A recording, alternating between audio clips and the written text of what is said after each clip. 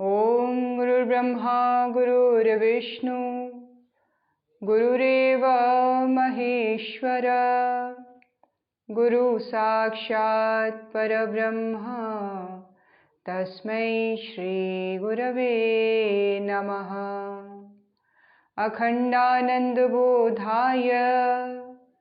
शिष्य संतापहारिणे सच्चिदानंदरूपाय तस्मै श्री गुरवे नमः। तस्मै श्री गुरवे नमः। ओम श्री गुरवे नमः। आवाहयामि स्थापयामि ध्यायामि गंधाक्षतं पुष्पाणि धूपं दीपं नैवेद्यं समर्पयामि ततो नमस्कारं करोमि। ओम श्री गुरुदेवाय नमः। माता भगवते नमः। दादा गुरुदेवाय नमः। गुरु सत्ता के चरणों में पुष्पों को अर्पित करते हुए उनके वात्सल्य में सानिध्य में बैठ जाने का भाव दृढ़ करेंगे सभी। आइए अपने सूक्ष्म स्वरूप में गुरु सत्ता के साथ बहुत ही सुंदर पर्वतीय क्षेत्र हिमालय की सुंदर कंदराओं में हम सभी बैठ गए, ऐसा भाव बना लें और आगे के क्रम में हम सभी सुनते हैं गुरु गीता के अध्याय में पेज नंबर 41 सब कुछ गुरु को अर्पित हो। हम उन अध्यायों को लेंगे जिनमें हमें रिलेटेड जो स्टोरीज हैं, जो कहानियां हैं, वो भी उनके साथ मिली जुली हो, ताकि भक्तों के गुरु और शिष्य की कहानी के माध्यम से उस प्रसंग को समझने में आसानी हो। पेज नंबर 41 सब कुछ गुरु को अर्पित हो। गुरु गीता के महामंत्र साधना पथ के प्रदीप हैं। इनसे निस्सृत होने वाली ज्योति किरणें साधकों को भटकन और उलझन से बचाती हैं। वैदिक ऋषिगण, अनुभवी महासाधक सभी एक स्वर में कहते हैं कि साधना पथ महादुर्गम है। क्या बता रहे हैं गुरुदेव कि गुरु गीता का हर एक मंत्र अपने आप में ज्योति के समान है, प्रदीप के समान है, प्रकाश के समान है, और इससे निकलने वाली ज्योति किरणें साधकों के भटकावों को, उनके उलझनों को, उनके कन्फ्यूजन्स को, उनके अनास्था वाली स्थिति को हटाने का पूरा उपक्रम बनाते हैं। पूरी वो शक्ति, वो ऊर्जा उपलब्ध करवाते हैं जिसके द्वारा ये सारी जो उलझने हैं, भटकने हैं, वो दूर हों। जितने भी वैदिक ऋषिगण हुए हैं, अनुभवी महासाधक हुए हैं, सभी ने एक स्वर में इसे कहा है कि गुरु गीता साधना पथ, गुरु का जो गुरु भक्ति है, ये जो साधना पथ है, इसे महादुर्गम कहा गया है। महादुर्गम मतलब ये बहुत जैसे तलवार की धार के ऊपर चलने के बराबर है। ये आसान पथ नहीं है, इसे महादुर्गम कहा गया है, लेकिन गुरु कृपा इसको आसान बना देती है।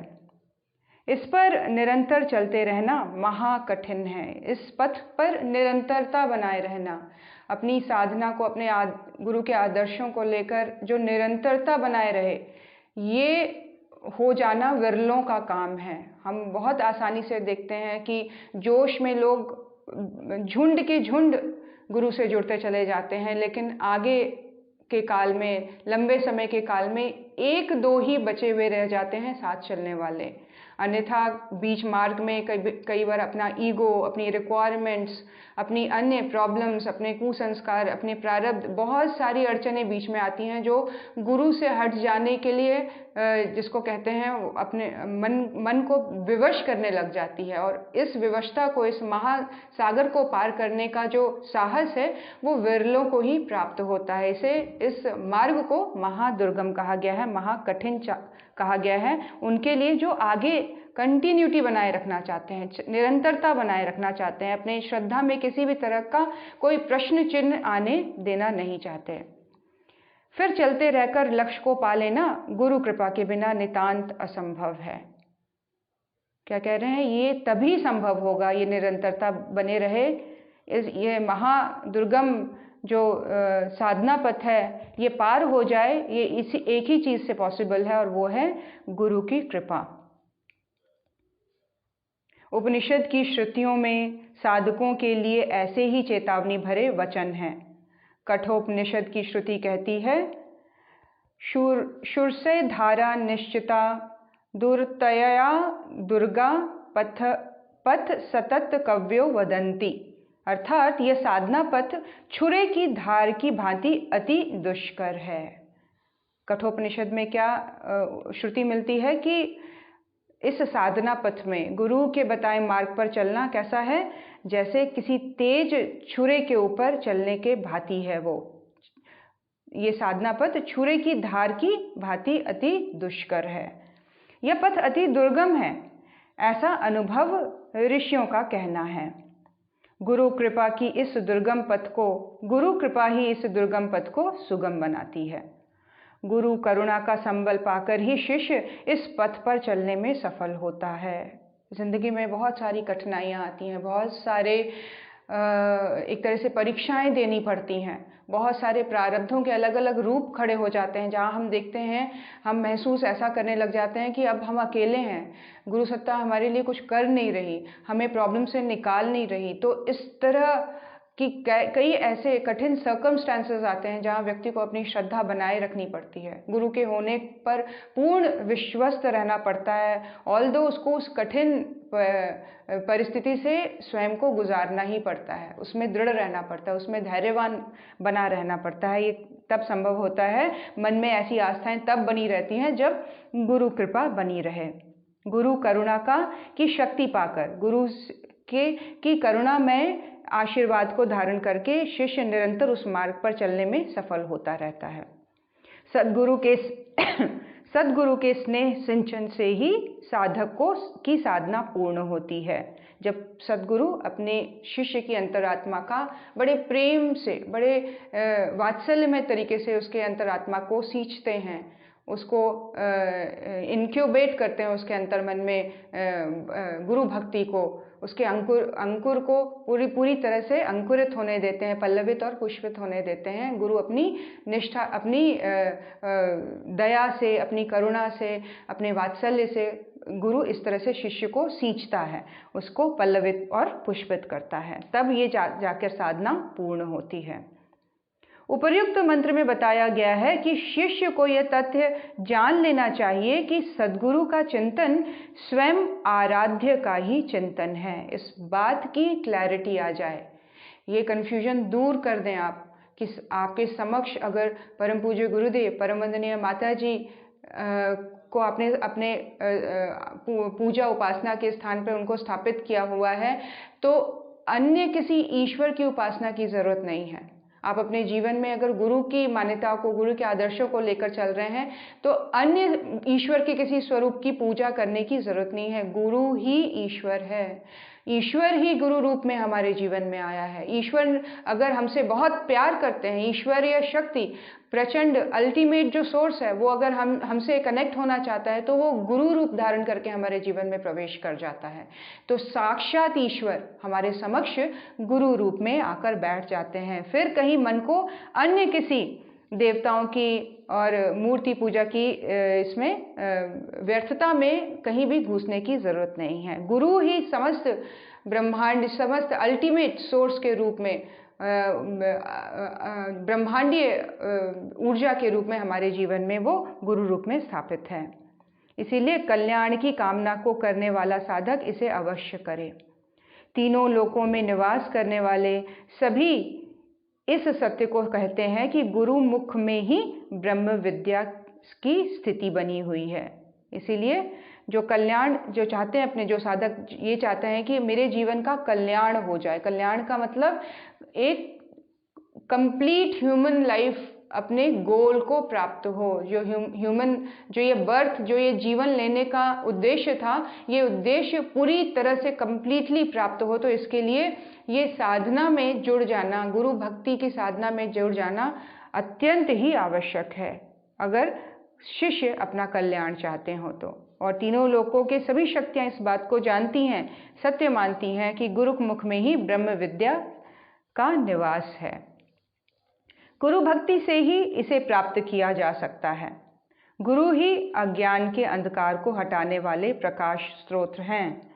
शास्त्र वचनों में भी यही सिद्ध होता है कि गुरु कृपा से ही माया की भ्रांति नष्ट होती है। हर लेवल पर गुरु एक तरह से तारणहार है। जिस तरह से हम आध्यात्मिक चिकित्सा वाली बुक पढ़ रहे हैं, जिसमें हम इस चीज़ को जान रहे हैं कि अल्टीमेट जो चिकित्सक है, जो डॉक्टर है, ये लाइफ का डॉक्टर, जीवन का डॉक्टर अगर पूरी तरह से समझा जाए तो वो एक सशक्त गुरु ही होता है, जो हर एक डायमेंशंस को देखते हुए सामने वाले शिष्य की, अपने बच्चे की ट्रीटमेंट करते हैं, हर लेवल पर उसको डिफरेंट तरीके से जांच कर। तो गुरु जो है वो वास्तविक रूप से ईश्वर ही गुरु रूप में हमारे जीवन में आया होता है, जो हर एक अंश मात्र में हमें वो समझता है। आत्म स्वरूप से वो हमारे साथ जुड़ा हुआ है, शारीरिक लेवल पर नहीं, कि इस शरीर के साथ, इस नाम के साथ उसका जुड़ाव नहीं होता है। उसका जुड़ाव ये शरीर के अंदर जर्नी कर रही सोल के साथ होता है, जीवात्मा के साथ होता है, जो न जाने कई जन्मों से उस गुरु के साथ जुड़ी होती है।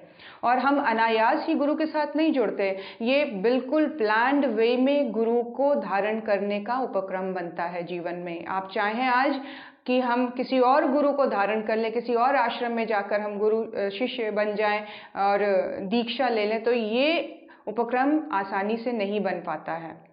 जिनसे आपको जुड़ना है, जिनसे आपके गुरु जहाँ जहाँ बैठे हुए हैं, वहाँ वहाँ आपके जुड़ने का क्रम बनेगा ही। जैसे जैसे कॉन्शियसनेस एलिवेट होती रहेगी, आप देखेंगे आपके टीचर्स भी परिवर्तित होते रहेंगे। लेकिन यहाँ महान गुरु से जुड़ाव हो गया है। यहाँ शुरुआत में ही, जीवन के शुरुआत में ही, साधना क्रम के शुरुआत में ही गुरु ने हमें अपने पास बुला लिया है, क्योंकि हमारे अंदर वो क्षमता नहीं है कि इस चीज़ की इम्पोर्टेंस की आवश्यकता को हम फील करें। तो वो महाशक्ति आगे बढ़कर खुद ही हमारा हाथ खींच के अपने पास ले आती है कि तुम भटको मत, मेरे पास आओ। और मेरे पास आने से तुम व्यवस्थित तरीके से अपने जीवन के क्रम को बनाते हुए आगे बढ़ते चले जाओगे, भटकोगे नहीं, उलझोगे नहीं। इसीलिए जीवन की उलझनों को, जीवन के भटकाव को दूर करने के लिए गुरु भक्ति होनी, गुरु का होना जीवन में बहुत ज़रूरी है। और उस लेवल पर गुरु को समझना जहाँ पर हम उसको एक अल्टीमेट सोर्स की तरह ही माने। फिर अब और किसी जगह भटकने की, और किसी से प्रश्न को पूछने की, और सहारा मांगने की, किसी और से, किसी और के सामने रोने की ज़रूरत नहीं है। मुझे एक बहुत सशक्त, बहुत ही बलशाली, जिसको सुपर एनर्जी कह सकते हैं, सुपर ऊर्जा कहा जा सकता है, अनंत ब्रह्मांडीय शक्ति जिसको कहा जा सकता है, वो गुरु रूप में हमारे जीवन में आ गई है। इसीलिए अब निश्चिंतता वाली बात हो जानी चाहिए, अब धैर्यवान होकर अपने जीवन जीने की वाली बात हो जानी चाहिए, एक्सेप्टेंस का लेवल बढ़ जाना चाहिए जीवन में। हम जब एक्सेप्ट कर लेते हैं बहुत सारी चीज़ों को अपने लाइफ में, तो हम देखते हैं कि हमारा अंतर्मन शांत है और एक डिफरेंट ऊर्जा बन गई है, और एक बहुत ही क्रिएटिव तरीके से जीवन की गाड़ी चल पड़ी है आगे। एक्सेप्ट कर लें चीज़ों को जीवन में। एक्सेप्टेंस इस बात के आधार पर कि जब इतना बड़ा गुरु के साथ हम जुड़े हुए हैं, जब इतने बड़े गुरु की छत्र छाया हमारे ऊपर है, तो ये जो उपक्रम बना हुआ है, ये जो कुछ परिस्थितियां बनी हुई है, ये जो कुछ मनस्थिति मेरी बनी हुई है, ये क्षणिक है, ये कुछ टेम्पररी सी चीज़ है जिसको मुझे क्रॉस कर लेना चाहिए। अभी मुझे पेशेंटली काम करना है, धैर्यवान होकर काम करना है, गुरु की प्रेजेंस को फील करते हुए काम करना है। मन मेरा शांत रहे, क्यों? मेरा गुरु मेरे साथ है, वो सर्वशक्तिमान परमात्मा गुरु रूप में मेरे साथ जुड़ा हुआ है। And I believe in this, मुझे इस पर पूर्ण विश्वास है। मैं स्वस्थ हूँ, मैं शांत हूँ, मैं आनंदित हूँ। अपने आप को बार बार ये इस तरह से हम ऑटो सजेस्ट करते हैं, है ना? इस तरह के अफर्मेशंस अपने आप को देते रहते हैं, अफर्म करते रहते हैं। तो इस लेवल पर जब हमारी साधना चल पड़ती है, जहाँ हम प्रैक्टिकली बहुत सारे डिफरेंट सिचुएशंस में भी अपने आप को स्टेबल पाते हैं, इस बात के आधार पर भी गुरु मेरे साथ है, बस यही एक बहुत स्ट्रॉन्ग पिलर है जिसको हम लेकर अपने साथ चलते हैं। इस पिलर के साथ हम हमेशा खड़े रहते हैं। ये बिल्कुल लौह जो पुरुष के समान हमारे जीवन में एक बहुत ही दृढ़ शक्ति है जो मेरे साथ बनी हुई है। इस बात का विश्वास ही हमारे इस समस्त, क्या बोलते हैं इसको, जो कहा जा रहा है, इस महादुर्गम जो मार्ग है, साधना पथ है, इसको ये सरल बनाता चला जाता है। विश्वास होना, विश्वास होना बहुत ज़रूरी है। हम हिस्ट्री से बहुत सारे ऐसे एग्जाम्पल्स देख सकते हैं जहाँ खुद के विश्वास पर ही उसने वो विद्या अर्जन कर ली, वो शक्ति पा ली, वो सिद्धियाँ रिद्धियाँ पाते चले गए। एकलव्य उनमें से एक है, जहाँ अगर साक्षात रूप से देखा जाए तो उसी गुरु ने उसको दुत्कारा है, उसी गुरु ने उसको बिल्कुल एक्सेप्ट ही नहीं किया है, लेकिन उसकी अपनी श्रद्धा, उसकी अपनी निष्ठा, उसकी अपने उस गुरु के प्रति विनम्रता, भक्ति, और इस भक्ति में उस मूर्ति ने ही उसको ऐसा धनुर्धर बनाया कि साक्षात जो अर्जुन है वो साक्षात गुरु के साथ रहकर भी वो विद्या ग्रहण नहीं कर पाया। तो एनर्जी किसमें है, शक्ति किसमें है, ऊर्जा किसमें है? देखें तो सिर्फ और सिर्फ हमारे विश्वास में, हमारे बिलीफ सिस्टम में। हम क्या मान के चल पड़े हैं, किस चीज़ को मेरा मन मान गया, उसमें शक्ति आ जाती है। हम किसी चीज़ को लेकर नेगेटिव सोच लेते हैं, ऐसा करने से पाप होगा, वो पाप होगा ही, इर्रिस्पेक्टिव वो एक सही स्टेटमेंट है कि नहीं, क्योंकि हमारे मन ने उस चीज़ को मान लिया तो हम अपने अकाउंट में पाप को ऐड कर लेते हैं। और जहाँ हम उस स्थिति में आ जाएं, जहाँ हम उसको बहुत हल्के तरीके से लेकर और आगे के टाइम के लिए हम संकल्पित हो जाएं कि ये फालतू की चीज़ दोबारा रिपीट नहीं होगी, कोई बात नहीं, अब मैं आगे बढ़ती हूँ, वो अकाउंट आपके चित्त में, आपके चित्रगुप्त को, आपका चित्रगुप्त नोट डाउन नहीं करेगा, क्योंकि कॉन्शियसनेस में उसको स्पेस नहीं मिली। तो यहाँ कॉन्शियसली आपको एक्सेप्ट कर लेने की ज़रूरत है, तब आपकी साधना जो है वो फलित होने लग जाती है कि इस महान गुरु जो साक्षात ईश्वरीय स्वरूप है मेरे जीवन में बैठा हुआ है, और मेरे जीवन के समस्त कार्य सिस्टमेटिक तरीके से टाइमली होते चले जाएंगे। जब समय आएगा जिस चीज़ का, ऑटोमेटिकली होते चले जाएगा। मुझे धैर्यहीन होने की ज़रूरत नहीं है, मैं धैर्यवान रहूँगी, मैं धैर्यवान बना रहूँगा, पेशेंटली अपने जीवन में आगे बढ़ता चला जाऊँगा, एफर्टफुली अपने जीवन को क्रिएटिव रखूँगी। तो इस लेवल पर हम अपने कार्यों के द्वारा गुरु के विश्वास को बढ़ाते चले जाते हैं, अपने सोचने के, अपने भाव के द्वारा, अपने विश्वास के द्वारा गुरु के होने को हम स्ट्रॉन्ग करते चले जाते हैं। तो तब इतनी कठिन साधना, जिसको महादुर्गम, महाकठिन कहा गया है, वो सुगम होता चला जाता है। और फिर गुरु कृपा की अनवरत धार से शिष्य जुड़ जाता है। ये बिलीफ सिस्टम उसको स्ट्रॉन्ग एनर्जी सोर्स के साथ बहुत गहराई से जोड़ देती है। फिर कहीं एक समय के बाद वो बिल्कुल फ्री फ्लोट करने लग जाता है। फिर उसको एफर्ट नहीं लगाना पड़ता है कि उसको अपने मन को अफर्मेशंस देना पड़े कि वो बिलीफ सिस्टम को स्ट्रॉन्ग करने के लिए उसको फोर्स एफर्ट लगाना पड़े, वो नहीं होता। फिर वो फ्रीली फ्लोट करता है मनुष्य जीवन को, बहुत आनंदित तरीके से, हल्के तरीके से लेकर बहुत ही हंसी खुशी के साथ, शांत मनोभाव के साथ जीता हुआ अपने जीवन की जर्नी को पूरा करता है। तो ये क्या है? गुरु को हम कितनी गहराई से मानते हैं, सही मायने में हम कितना विश्वास करते हैं गुरु को के एग्जिस्टेंस पे। आगे बता रहे हैं, गुरु भक्ति ही इस तत्व कथा में नई कड़ी जोड़ते हुए भगवान सदाशिव माता पार्वती को समझाते हैं। हे श्रेष्ठ मुख वाली देवी पार्वती, शिष्य को यह भली भांति जान लेना चाहिए कि यह ध्रुव अटल है कि गुरु से श्रेष्ठ अन्य कोई तत्व नहीं है।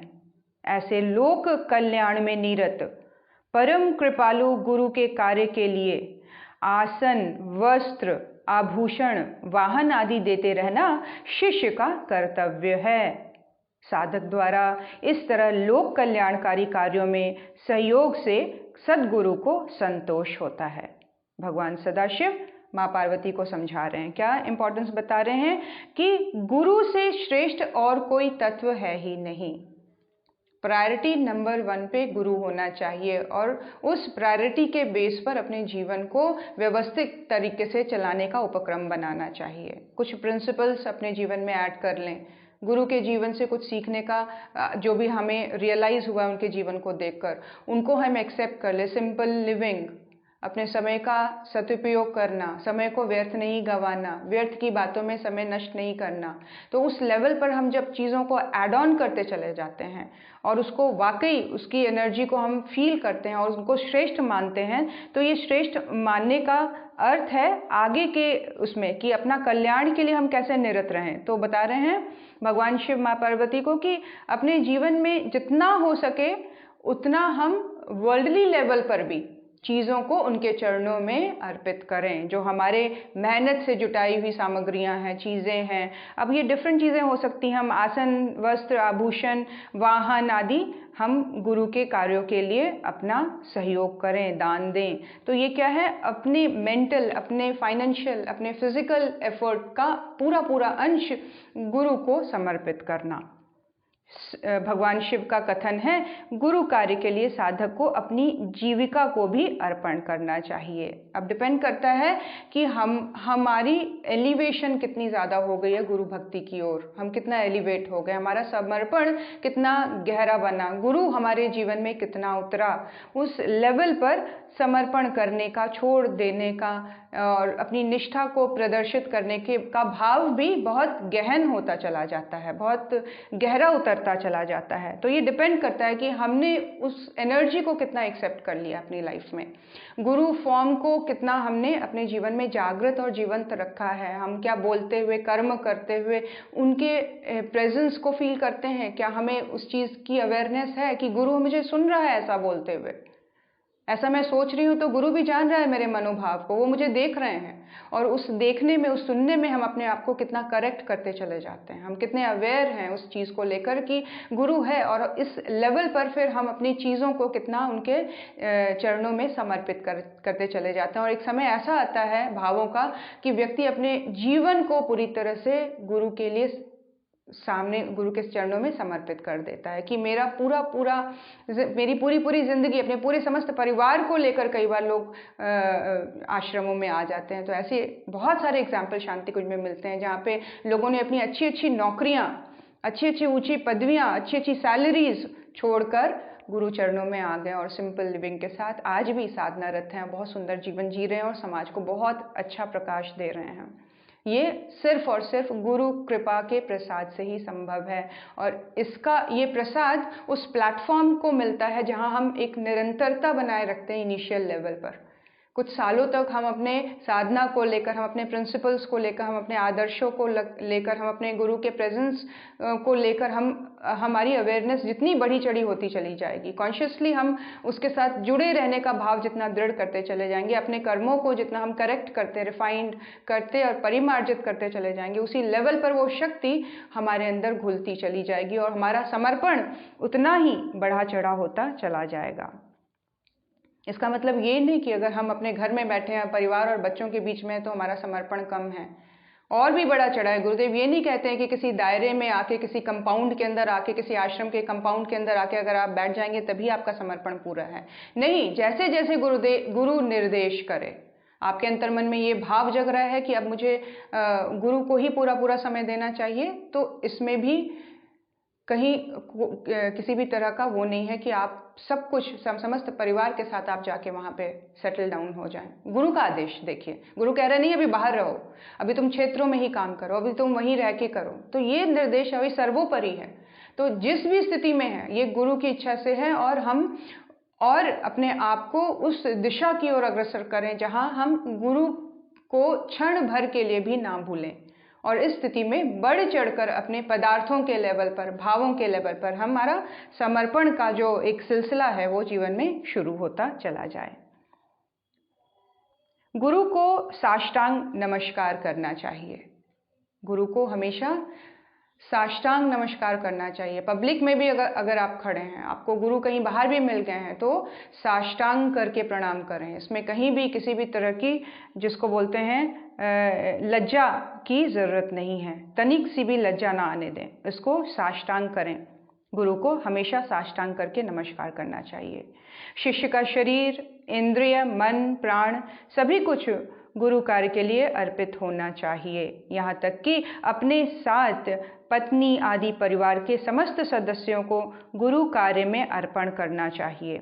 घर का हर एक मेंबर गुरु के साथ जुड़े, कार्यों के द्वारा, भावों के द्वारा, साधनाओं के द्वारा, उपासनाओं के द्वारा हर लेवल पर घर का हर एक मेंबर उस महाशक्ति के साथ जुड़े, ये प्रयास करते रहना चाहिए। अकेले ही साधना किए जा रहे हैं, लोगों को नहीं बता रहे हैं, अवेयर नहीं कर रहे हैं। हो सकता है कि पति आध्यात्मिक मनस्थिति के ना हो, लेकिन थोड़ा थोड़ा एफर्ट लगाइए, सूक्ष्म एफर्ट लगाइए, जहाँ आप ध्यान के द्वारा आप उनके अंतर्मन में गुरु भक्ति का भाव जगा रहे हैं, आप खुद साधना कर रहे हैं और भावनात्मक रूप से अपने पति को, अपने बच्चों को, अपने घर के अन्य सदस्यों को, भाई बहनों को, माता पिता को साथ में बैठा के भावनात्मक रूप से उनको अपनी साधना का अंग बनाइए। हो सकता है फिजिकली वो आपके साथ ना बैठ के कर रहे हो, भावनात्मक रूप से ही आप अपने आसपास में उनको बैठा लें। तो ये क्या है, आपने एक एफर्ट लगाया कि परिवार का हर एक सदस्य, एक कोई बच्चा है जो इस चीज़ को नहीं मान रहा है, तो भावनात्मक रूप से उसको अपने उपासना के समय साथ में बिठा लिया और ये भावना करिए कि बड़े भक्ति भाव के साथ वो गुरु को की उपासना कर रहा है। और फिर देखिए आप 40 दिनों के अंदर कैसे उसका मन परिवर्तित होता है। वो खुद ही पूछेगी आपसे कि गुरुदेव हैं कौन, और ये शांति कुंज कैसे काम करता है, या जिन भी गुरु से आप जुड़े हैं। तो इस तरह से एफर्ट लगाना, जहाँ आपका ध्येय ये होना चाहिए कि परिवार का हर सदस्य इस महान शक्ति के साथ जुड़े।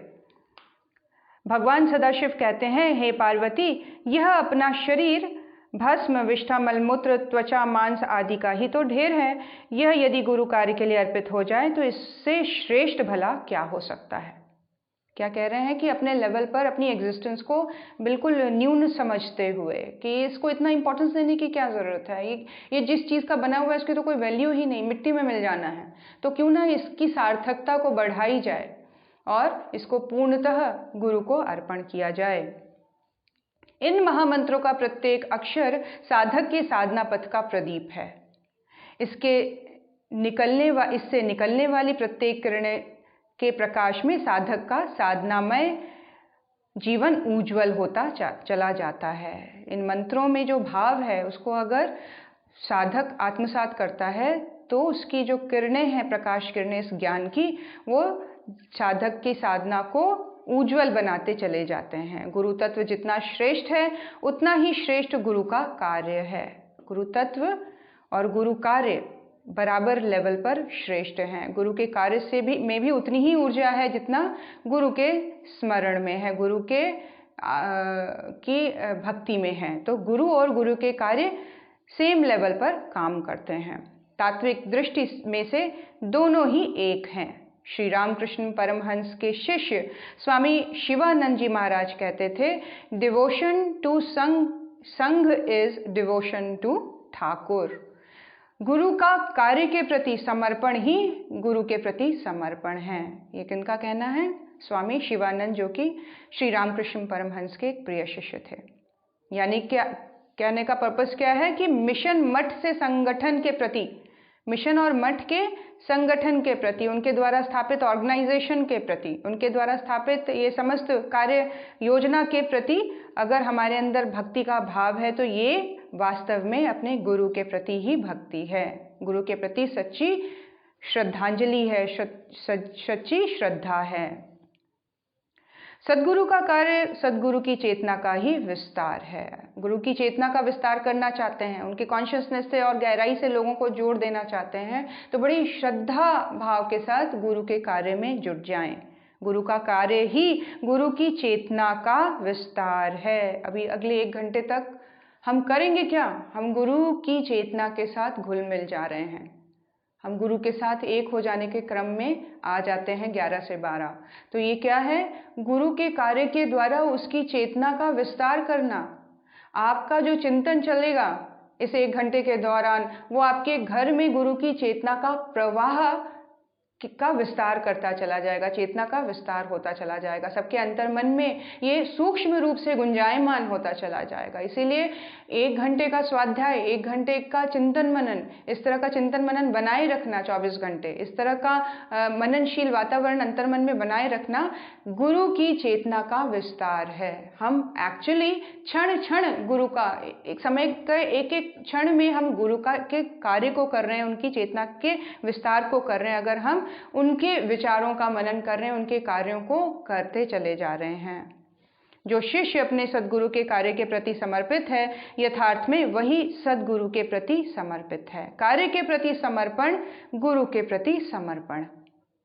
कार्य से अपने आप को पीछे हटा देना, गुरु के आदर्शों से, गुरु के प्रिंसिपल से अपने आप को जोड़ना नहीं और ऊपर के लेवल पर कार्य करना कार्य नहीं है। सही मायने में गुरु को लेकर कार्य करना, गुरु के छोटे से कार्यकर्ता के रूप में समाज में गुरु को लेकर, उसको आगे रखकर काम करना उनकी चेतना का विस्तार है और यही गुरु की सच्ची सेवा है। जो सद्गुरु के कार्य के लिए अपने समय, श्रम एवं धन का नियोजन करते हैं, वही अपने गुरु की सच्ची आराधना करते हैं। जिनका कर्म,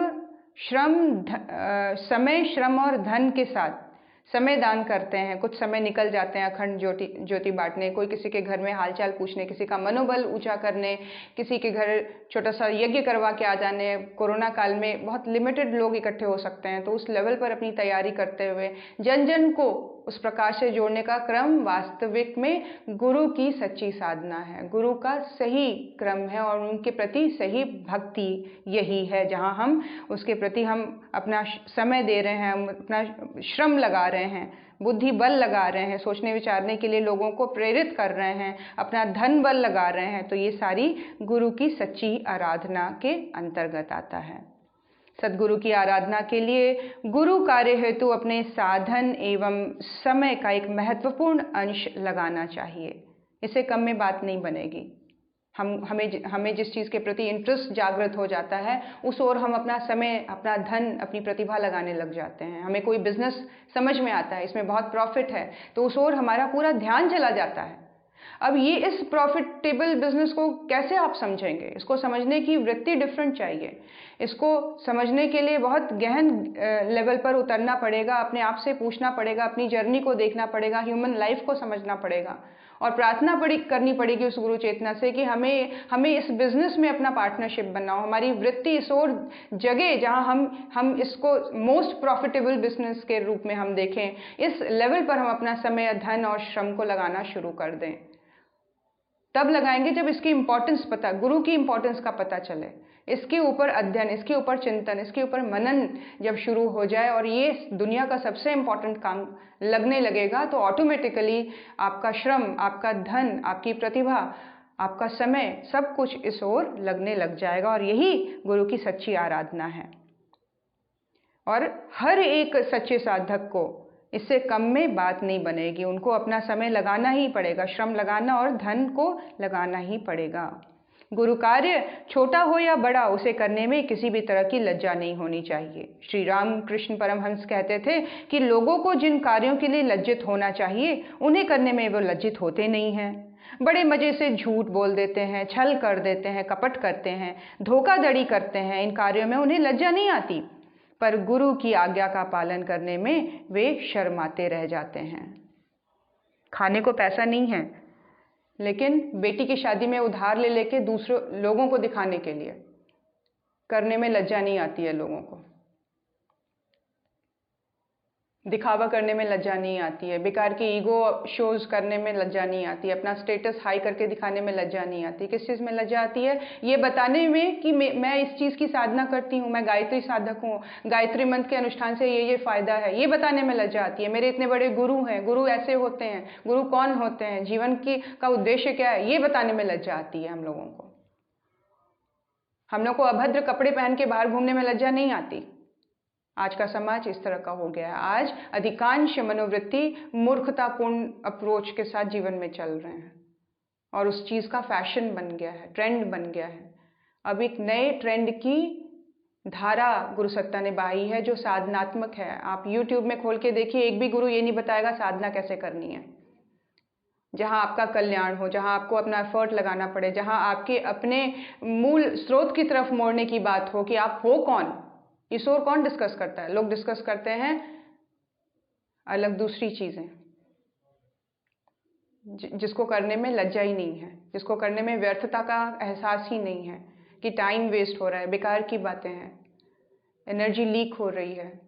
तो ये सारी चीज़ें बहुत गहन रूप से समझें कि हमें एफर्ट लगाना किस ओर है, हमें किस चीज़ को प्रायोरिटी देनी है, गुरु को लेकर कैसे चलना है, गुरु होता कौन है, किस तरह से कार्य करता है, हमारा अपना भाव उस ओर और जागृत हो, इसके लिए मुझे क्या करना चाहिए, किस तरह के आदर्शों को एक बेसिक लेवल पर लेकर चलना है, मुझे किन प्रिंसिपल्स को लेकर चलने में मेरी मनोवृत्ति इस तरह की बनेगी कि गुरु के नज़दीकियाँ मेरे से बढ़ती चली जाएंगी, वो शक्ति मेरे ऊपर काम कर पाएगी, वो शक्ति मेरे द्वारा कार्य ले पाएगी।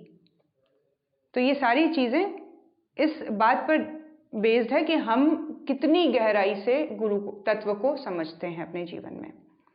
जिस बात के लिए लज्जा होनी चाहिए वो लज्जा ना करते हुए अच्छे कार्यों के लिए लोगों को आज लज्जा आती है। गुरु का कार्य जो भी है उसे भक्तिपूर्ण रीति से करना चाहिए। इसके लिए लज्जा का त्याग करने में भी कोई संकोच नहीं करना चाहिए। ज़रूरत पड़े लोगों को, बहुत दिनों से झाड़ू लगाने वाला अगर बाहर नहीं आया है गली में तो झाड़ू लेके बाहर निकल जाइए।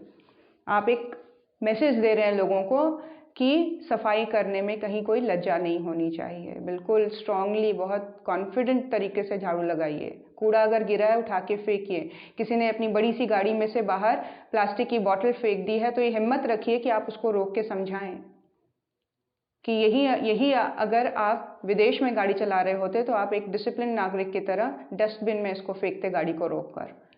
अपने देश को कौन साफ रखेगा? इस तरह की अवेयरनेस में लज्जा नहीं होनी चाहिए। क्वेश्चन पूछने में लज्जा नहीं करनी चाहिए। लोगों को मोटिवेट करने में, क्वेश्चन पूछने में लज्जा नहीं करनी चाहिए। आपको पब्लिकली कहीं कोई कूड़ा फेंकता दिखाई दे, कहीं कोई थूकता दिखाई दे, बोल्डली आप बात करें उनसे, तो लज्जा इन सब चीज़ों में। लज्जा गुरु के कार्य में, अखंड ज्योति बाहर निकल के देने में लज्जा नहीं आनी चाहिए। आप कहीं शॉपिंग करने जा रही हैं, आप पर्स में 2 पुरानी अखंड ज्योतियाँ रख लीजिए, लोगों को पढ़ाइए, बताइए। क्यों? इसमें लज्जा नहीं आनी चाहिए, शर्म नहीं आनी चाहिए अपने आप को ये बताने में कि आप गायत्री साधिका हैं, आप किसी गुरु से जुड़े हुए हैं, आपके जीवन में परिवर्तन आया है तो आप चाह रहे हैं दूसरों के जीवन में भी परिवर्तन आए। आपकी फ्रेंड को आपकी साधना का पता होना चाहिए, उनसे साधना के बारे में नहीं छुपाइए। किटी पार्टीज में भी इन सारी चीज़ों के डिस्कशंस करिए। बड़ी बड़ी पार्टीज में, शादियों में भी इस चीज़ की अवेयरनेस फैलाइए कि गायत्री से सब जुड़ें, बलि वैश्य से सब जुड़ें। तो गुरु के कार्य में लज्जा नहीं होनी चाहिए। नंबर 1 साधना के लिए one of the biggest condition. एक, जहां समय, श्रम और धन पूरी तरह से गुरु के चरणों में। दूसरा, लज्जा ना होने की बात। आप काम तो कर रहे हैं लेकिन मन में लज्जा वाली, आंखें झुकाकर, मन को महसूस कर काम करना, डर के काम करना, कॉन्फिडेंटली आगे बढ़कर नहीं। तो ये सारी चीज़ें मैटर करता है। कर्म ही नहीं, मन और वाणी से भी गुरु आराधना करनी चाहिए। बार बार और हमेशा ही यह सत्य ध्यान में रखना चाहिए कि गुरु आराधना गुरु की शरीर सेवा तक सीमित नहीं है। इससे व्यापक दायरे में सद्गुरु के विचारों का प्रसार व उनके अभियान को गति देने के लिए प्राणपण से प्रयास करना भी शामिल है। क्या कह रहे हैं? सिर्फ फिजिकल रूप से गुरु का कार्य नहीं होता है, गुरु के कार्य के लिए मन और वाणी का भी कार्य करें। गुरु की सेवा सिर्फ शरीर तक ही नहीं सीमित रखें, इसको उसके दायरे से और व्यापक बनाएं। विचारों में उसका प्रसार हो, सोचने समझने के तरीकों में, प्रथाओं में, प्रचलन में, जीवन जीने की शैली में गुरु को भरने का, उसको तत्व से समझने का प्रयास करें। प्राणपण से प्रयास करना चाहिए। इस हेतु न केवल स्वयं का जीवन अर्पण करना चाहिए बल्कि अपने परिवार के अन्य सदस्यों को भी इसमें लगाना चाहिए। अपनी यह देह पंचमहाभूत के विकार के सिवा भला और क्या है? इस देह की सार्थकता गुरु कार्य के प्रति समर्पित होने में ही है। जीवन की सार्थकता गुरु कार्य के प्रति समर्पण में है। इस बात की एक्सेप्टेंस अपने और अपने परिवारजनों के अंतर्मन में भरता चला जाए, इस चीज़ का कठोर प्रयास करना चाहिए। यहाँ एक इंसिडेंट बता रहे हैं आगे। स्वामी विवेकानंद महाराज के 2 शिष्य थे, स्वामी कल्याणानंद और स्वामी निश्चयानंद। एक दिन स्वामी जी ने इन दोनों को अपने पास बुलाया और कहा, देखो, हरिद्वार में साधुओं की सेवा की कोई व्यवस्था नहीं है। उन दिनों आज से करीब 100 वर्ष पूर्व हरिद्वार का समूचा क्षेत्र महाअरण्य था। साधु हो या फिर तीर्थयात्री, इन सभी को सामान्य औषधि एवं चिकित्सा के अभाव में अनेकों कष्ट उठाने पड़ते थे। ये तब का समय है जब वहाँ पे ठीक से फैसिलिटीज़ नहीं थी और महाअरण्य की तरह जगह था, जंगल की तरह ही था। आश्रम बहुत बड़ा पूरा हरिद्वार, और लोगों को काफ़ी कठिनाइयाँ होती थी औषधि और अन्य सामग्रियों की उपलब्धि में। कई बार तो इन्हें मरना भी पड़ जाता था। स्वामी जी ने अपने इन 2 शिष्यों को इनकी सेवा का आदेश दिया। उन्होंने क्या आदेश दिया कि तुम हरिद्वार जाओ और वहाँ पे चिकित्सा और औषधि की व्यवस्था करके लोगों की, साधुओं की सेवा करो। इन दोनों साधन विहीन साधुओं के पास अपने सद्गुरु के आदेश के सिवा और कोई भी संपत्ति न थी। जब स्वामी कल्याणानंद और स्वामी निश्चयानंद स्वामी जी को प्रणाम करके चलने लगे तो उन्होंने कहा, अब तुम दोनों इधर लौटकर फिर कभी नहीं आना, बंगाल तो भूल जाना। आदेश अति कठिन था, परंतु शिष्य भी सद्गुरु को संपूर्ण रीति से समर्पित थे। क्या बता रहे हैं स्वामी विवेकानंद महाराज के ये दोनों शिष्य, जिनको ये आदेश दिया गया कि हरिद्वार में जाकर साधुओं की चिकित्सा और अन्य साधनों की व्यवस्था करो ताकि उनकी सेवा कर सको, और इस उपक्रम में दोबारा यहाँ पे बंगाल में मत आना, बंगाल को अब तुम भूल जाओ और आजीवन वहीं सेवा में निरत रहो। बेलूर मठ से चलकर ये दोनों ही हरिद्वार आए। उन्होंने कनखल में अपनी झोपड़ियाँ बनाई, खाली हाथ आए। इनको ना साधन ना सामग्री कुछ भी नहीं दी गई, खाली हाथ आए और कनखल में उन्होंने झोपड़ियाँ बनाई और जुट गए सेवा कार्यों में। दिन भर बीमार साधुओं एवं तीर्थ यात्रियों की सेवा और रात भर अपने सद्गुरु का ध्यान। क्या हो गया उनका जीवन?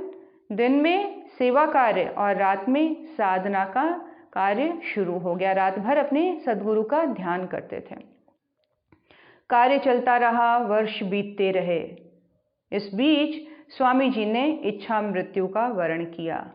स्वामी विवेकानंद ने इच्छा मृत्यु को वर्ण किया। उन्होंने अनाउंस कर दिया कि अब मैं शरीर छोड़ने जा रहा हूँ। इस बीच स्वामी जी ने इच्छा मृत्यु का वर्ण किया, परंतु सद्गुरु आदेश के व्रतों से ये दोनों गुरु के अंतिम दर्शन में भी नहीं गए। कितने मतलब जिसको बोलते हैं शिष्यत्व की पराकाष्ठा। आजीवन सेवा कार्य में लगे रहे, उनके आदेशों को पूरी तरह से कार्य करते चले गए, उनके आदेश के अनुसार अपने जीवन को ढालते चले गए। लेकिन उनके कानों में जब अपने गुरु की इच्छा मृत्यु का संदेश मिला तब भी वो उनके अंतिम दर्शन के लिए नहीं गए, क्योंकि उनको ये आदेश था कि दोबारा बंगाल में नहीं आना। गुरु कार्य के लिए उन्होंने अनेकों अपमान झेले, तिरस्कार सहे, पर सब कुछ उनके लिए गुरु कृपा ही थी। उनके लिए तिरस्कार नहीं था, उनके लिए किसी का अपमान या किसी का ऊंचा बोल देना दुख का कारण नहीं था। कैसे वो ले रहे थे इस चीज को? ये सिर्फ और सिर्फ गुरु की कृपा का प्रसाद है। इस तरह से वो जीवन में अपने सेवा कार्य को आगे बढ़ाते चले जा रहे थे। लगातार 35 सालों तक उनका ये सेवा कार्य चलता रहा। 35 साल निरंतरता के साथ, पूर्ण श्रद्धा के साथ, पूरी निष्ठा के साथ गुरु को समर्पित होकर उन्होंने सेवा कार्य किया। उनके कार्यों का स्मारक आज भी कनखल क्षेत्र में श्री रामकृष्ण सेवाश्रम के रूप में स्थित है। आज भी हम जाकर देख सकते हैं श्री रामकृष्ण सेवाश्रम। सद्गुरु के कार्य के प्रति निष्ठापूर्ण समर्पण ने उन्हें आध्यात्म के शिखरों तक पहुंचा दिया।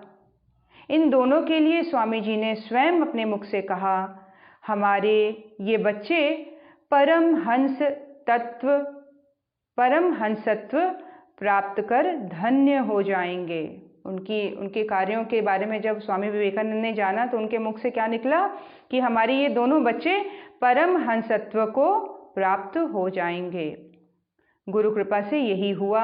ऐसे कृपालु सद्गुरु को शत शत कोटिश नमन। ऐसे गुरु को नमन, जिनकी आज्ञा का पालन करते हुए उनका जीवन पूर्णतः, जिसको बोलते हैं योगस्थ तरीके से, यज्ञीय तरीके से उन्होंने अपने जीवन को जिया, समाज में सेवा करते हुए, गुरु के निर्देश का पूरा पालन करते हुए। जहाँ उन्होंने ये भी इच्छा नहीं की कि गुरु के शरीर का अंतिम दर्शन के लिए वो वापस जाएं, वो पूरी तरह से निष्ठावान होकर, श्रद्धावान होकर, पूर्ण समर्पित होकर गुरु कार्य में लगे रहे और अंततः परमहंसत्व को प्राप्त हुए। पूरी तरह से उन्होंने इसी जन्म में अपना कल्याण किया, मुक्ति को प्राप्त हुए और आज भी उनके कार्यों के समीक्षा उसके रूप में वहाँ पे सेवाश्रम कनखल क्षेत्र में अभी भी वो सेवाश्रम स्थित है, जहाँ हम जाके दर्शन कर सकते हैं। तो ये होती है गुरु के प्रति निष्ठा, गुरु के प्रति समर्पण, गुरु को इम्पोर्टेंस देना, गुरु को मानना बड़े। हम अपनी लाइफ में आए छोटी मोटी प्रॉब्लम को लेकर, शांति कुंज में अगर अच्छा कमरा नहीं मिलता है तब घबरा जाते हैं, बाथरूम में अगर लगा हुआ गीजर नहीं मिलता है तब घबरा जाते हैं। गुरु को पाना है तो बॉडी के लेवल पर, जितनी कठिनाइयों को धारण कर सकेंगे उतना ही हमारा अंतर्मन प्रकाशित होता चला जाएगा। बॉडी के लेवल पर सिर्फ उपकरण मानते हुए कष्टों को धारण करते चले जाएंगे। मान अपमान को गुरु कृपा, गुरु के प्रसाद के रूप में लेने की वृत्ति जहाँ जागृत हो गई, जहाँ ये समझ में आ गया कि ईश्वरीय चेतना हमारे जीवन में गुरु रूप में आई है, ये साक्षात ईश्वर मेरे समक्ष बैठे हैं। अगर बात करने का सौभाग्य मिल रहा है तो ये भान मन में बना रहे कि ईश्वर मेरे से बात कर रहा है। उनका एक एक शब्द ब्रह्म वाक्य है। आज जो हमें उनके बारे में सुनने को मिलता है, गुरु जो परम पूज्य गुरुदेव सुबह जो ध्यान करवाते हैं, उनके शब्दों को अपने अंतर्मन तक जाने दें और इस बात के साथ पूर्ण श्रद्धावान होकर कि इसका एक एक शब्द मेरे अंतर्मन में जाकर मेरे सूक्ष्म और कारण शरीर को झकझोर दे रहा है। ये महावाक्य मेरे अंदर वो ऊर्जा को पूर्णतः स्थापित कर दे रहा है। ये विश्वास उस उपक्रम को, साधना के क्रम को और स्ट्रांग और स्टेबल बनाता चला जाएगा। हमारा विश्वास क्या है, हम अपने आप से क्या बात करते हैं गुरु को लेकर, हमारा अंतर्मन गुरु को लेकर क्या कहता है, यही डिफाइन करता है कि उसमें शक्ति कितनी है, उसकी शक्ति को हमने अपने तक कितना आने दिया। इसीलिए उस लेवल पर अपने आप को हम पूरी तरह से, जिसको बोलते हैं गुरु से गहन रूप से जुड़ जाना, और फिर ऊपर के संसार के लेवल पर आई हुई परेशानियों को हल्के भाव से लेना। उसको मत लेके बैठ जाइए, उसको लेके निराश मत हो जाइए। उसको ठीक है, मन के कोने में जागेगा, ह्यूमन टेंडेंसीज हैं, कुछ परेशान होने की वृत्ति होती है लोगों में, हम सब में। तो इसको हम कितना हम फोकस दे रहे हैं, या हम उस चीज़ में कितने फोकस्ड हो रहे हैं। फोकस अब सिर्फ और सिर्फ एक बहुत विशालकाय, बिल्कुल एक पर्वत के समान प्रचंड ऊर्जावान गुरु की स्थिति को अपने जीवन में स्थापित करिए, जहाँ हमेशा हर पल गुरु की छत्र छाया की अनुभूति हमारे जीवन में होती रहे, हम उनको समझ पाएँ, फील कर पाएँ, एक्सपीरियंस कर पाएँ। ऐसी प्रार्थना गुरु सत्ता के चरणों में शत शत नमन। ओम नमोस्त्वनंताय सहस्त्रमूर्तये सहस्रपादाक्षिशिरोरुबाहवे सहस्रनाम्ने पुरुषाय शाश्वते सहस्रकोटियुगधारिणे नमः। सहस्रकोटियुगधारिणे नमः। ओम श्री गुरुदेवाय नमः। माता भगवते नमः। दादा गुरुदेवाय नमः। परम पूज्य गुरुदेव, परम वंदनीय माता जी के आशीर्वाद को वरण करने का भाव, उनके हाथों के स्पर्श को बहुत गहराई से अनुभव करें और उनके वंदनीय माता जी के हाथों से महा औषधि के रूप में, महाप्रसाद के रूप में लड्डू को लेने का भाव दृढ़ करें। गुरु सत्ता को नमन करके अपने घर, अपने समस्त जिम्मेदारियों के बीच आनंदित गुरु की छत्र छाया में बैठा हुआ अनुभव करें। एक प्रचंड प्रकाश ऊर्जा के मध्य अपने आप को पाएं। निरंतर एक क्षण के लिए भी प्रकाश ऊर्जा हमसे दूर नहीं है, एक क्षण के लिए भी गुरु हमसे दूर नहीं है। इस बात का पूर्ण विश्वास अपने अंतर्मन में दृढ़ करें, आनंदित हों और पूर्ण स्वस्थ महसूस करें इस औषधीय लड्डू को खाकर। आइए भारतवर्ष के जगत गुरु होने की प्रचंड प्रार्थना हाथ जोड़कर उच्च स्वर में।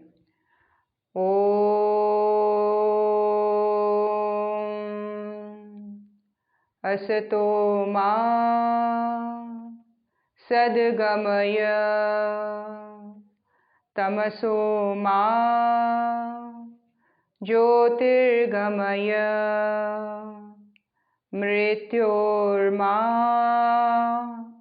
अमृतं गमय। ओम शांति शांति शांति। सर्वारिष्ट सुशांतिर्भवतु। दोनों हाथों को रगड़ें, मस्तक पर लगाएं, हृदय स्थान पे लगाएं, समस्त शरीर पे लगाएं। अपने आप को धन्य, अपने आप को बलिष्ठ, अपने आप को शक्तिशाली, अपने आप को इमोशनली स्ट्रांग, फिजिकली स्ट्रांग और मेंटली अपने आप को स्टेबल महसूस करें, दृढ़ महसूस करें, आनंदित और संतुष्ट महसूस करें। आइए परम श्रद्धेय पिताजी, परम वंदनीय जीजी माँ के यश, उनकी कीर्ति, उनकी प्रतिष्ठा को और सभी के उज्जवल भविष्य की प्रार्थना करते हुए गायत्री महामंत्र से आहुति देंगे। सभी शीघ्र स्वस्थ हो जाएं, इसके लिए महामृत्युंजय मंत्र से आहुति शांति पाठ के बाद सभी एग्जिट कर सकते हैं। सभी को प्रणाम। जय गुरुदेव। आइए हम सभी गायत्री द्वारा 5 मंत्रावली देंगे, सभी के उज्जवल भविष्य और सद्बुद्धि की प्रार्थना करते हुए। ओम भूर्भुवः स्वः तत्सवितुर्वरेण्यं भर्गो देवस्य धीमहि धियो यो नः प्रचोदयात् स्वाहा। इदं गायत्र्यै इदं न मम। ओम भूर्भुवः स्वः तत्सवितुर्वरेण्यं भर्गो देवस्य धीमहि धियो यो नः प्रचोदयात् स्वाहा। इदं गायत्र्यै इदं न मम। ओम भूर्भुवः स्वः तत्सवितुर्वरेण्यं भर्गो देवस्य धीमहि धियो यो नः प्रचोदयात् स्वाहा। इदं गायत्र्यै इदं न मम। ओम भूर्भुवः स्वः तत्सवितुर्वरेण्यं भर्गो देवस्य धीमहि धियो यो नः प्रचोदयात् स्वाहा। इदं गायत्र्यै इदं न मम। ओम भूर्भुवः स्वः तत्सवितुर्वरेण्यं भर्गो देवस्य धीमहि धियो यो नः प्रचोदयात् स्वाहा। इदं गायत्र्यै इदं न मम। महामृत्युंजय मंत्र द्वारा 5 मंत्राहुति सभी के उत्तम स्वास्थ्य और दीर्घायु की प्रार्थना करते हुए। ओम त्र्यंबकं यजामहे सुगंधिं पुष्टिवर्धनं उर्वारुकमिव बन्धनान् मृत्योर्मुक्षीयमामृतात् स्वाहा। इदं महामृत्युंजयाय इदं न मम। ओम त्र्यंबकं यजामहे सुगंधिं पुष्टिवर्धनं उर्वारुकमिव बन्धनान् मृत्योर्मुक्षीयमामृतात् स्वाहा। इदं महामृत्युंजयाय इदं न मम। ओम त्र्यंबकं यजामहे सुगंधिं पुष्टिवर्धनं उर्वारुकमिव बन्धनान् मृत्योर्मुक्षीयमामृतात् स्वाहा।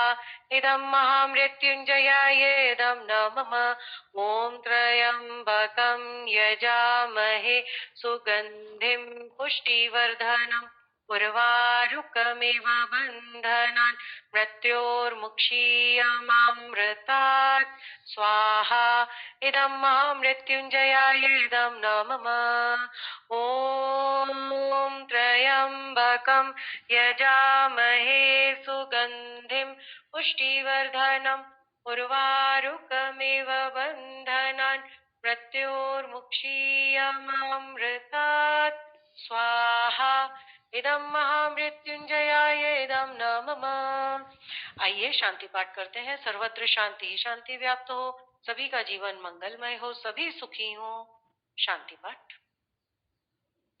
ओम द्यौ शांति अंतरिक्षगं शांति पृथ्वी शांतिरापः शांति औषधयः शांतिः वनस्पतयः शांतिर्विश्वे देवा शांति ब्रह्म शांतिः सर्वगं शांतिः शांतिरेव शांतिः सामा शांतिरेधि। ओम शांति शांति शांति सर्वारिष्टासु शांतिर्भवतु। प्रणाम। जय गुरुदेव। सभी को, सभी लोग 1:30 बजे ज्योति अवतरण साधना में आने का प्रयास कीजिएगा। धन्यवाद।